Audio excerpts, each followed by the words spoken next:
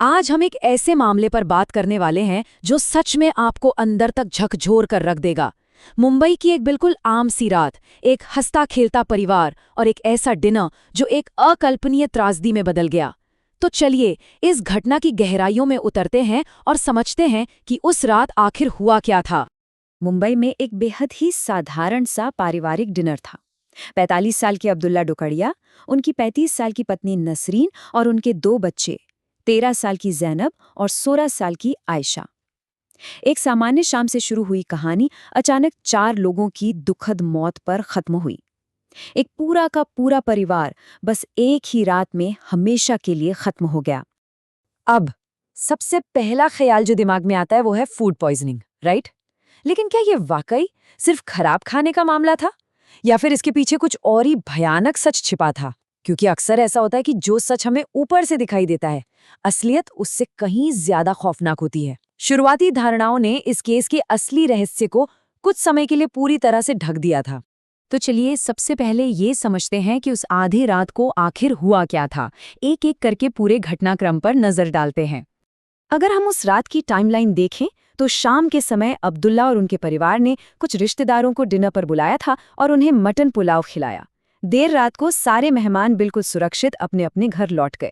फिर रात के करीब 1 बजे परिवार के इन चारों सदस्यों ने एक तरबूज काटा और उसे खाया। और फिर सुबह 5 बजते बजते चारों को गंभीर उल्टी और दस्त शुरू हो गए। कुछ ही घंटों के भीतर उनकी जान चली गई।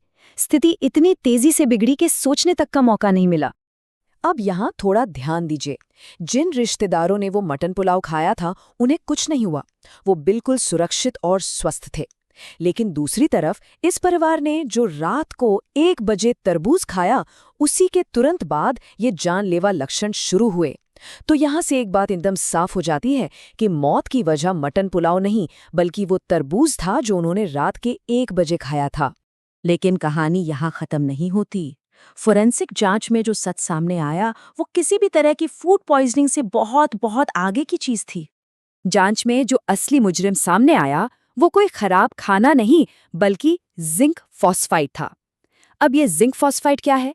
ये एक बेहद जहरीला केमिकल है जिसे हम आमतौर पर चूहे मारने की दवा के रूप में जानते हैं। जी हाँ, एक खतरनाक चूहे मारने वाला जहर। इस एक खुलासे ने पुलिस जांच की पूरी दिशा ही बदल कर रख दी। फोरेंसिक रिपोर्ट ने हर शक को यकीन में बदल दिया।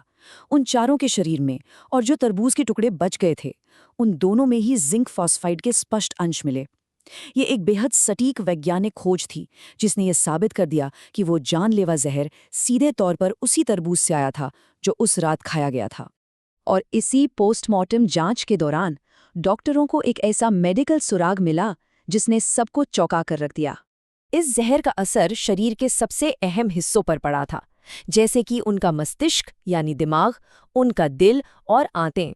इन अंगों ने जहर को एब्जॉर्ब कर लिया था और इसके बाद शरीर के भीतर एक भयानक बदलाव देखने को मिला। ये हिस्सा वाकई में रोंगटे खड़े कर देने वाला है।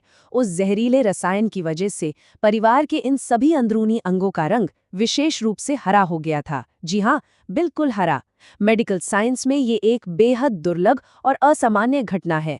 फोरेंसिक डॉक्टरों के लिए अंगों का ये हरा रंग एक सीधा इशारा था कि मौत किसी आम बीमारी से नहीं बल्कि एक अत्यधिक विषैले रसायन के कारण हुई है। तो अब सबसे बड़ा सवाल ये उठता है कि क्या ये सब सिर्फ एक खौफनाक हादसा था या फिर कोई सोची समझी साजिश? पुलिस की जांच अभी भी जारी है, क्योंकि इस केस में उलझनें यहीं खत्म नहीं होती। टॉक्सिकोलॉजी रिपोर्ट में एक और बेहद अजीब चीज मिली। अब्दुल्ला डोकरिया के शरीर में मॉर्फिन के अंश पाए गए। अब मॉर्फिन तो एक बहुत ही स्ट्रॉन्ग पेन किलर है जो आमतौर पर किसी डॉक्टर की सख्त निगरानी में ही दिया जाता है। तो उनके शरीर में ये मॉर्फिन कहाँ से आया? इस अप्रत्याशित खोज ने इस पूरे मामले में रहस्य की एक और परत जोड़ दी। इस मॉर्फिन वाले सुराग ने जांचकर्ताओं को 3 अलग-अलग थ्योरीज पर सोचने को मजबूर कर दिया है। पहला, क्या अब्दुल्ला का पहले से कोई ऐसा मेडिकल इलाज चल रहा था? दूसरा, क्या इस दवा के संपर्क में आना महज एक गलती या हादसा था? या फिर तीसरा, क्या ये कोई जानबूझकर किया गया आपराधिक कृत्य था?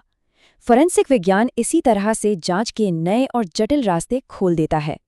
देखिए, फोरेंसिक साइंस हमें ये तो बता देती है कि मौत कैसे हुई और जहर कौन सा था, लेकिन सबसे बड़ा सवाल अब भी वहीं का वहीं है क्या तरबूज में इस जानलेवा रसायन का मिलना महज एक दर्दनाक दुर्घटना थी, या फिर ये एक सोची समझी आपराधिक साजिश थी? विज्ञान ने अपना काम कर दिया है, लेकिन मौत का वो क्यों अभी भी एक खौफनाक रहस्य बना हुआ है। इस केस के विश्लेषण में हमारे साथ जुड़ने के लिए आपका बहुत बहुत धन्यवाद।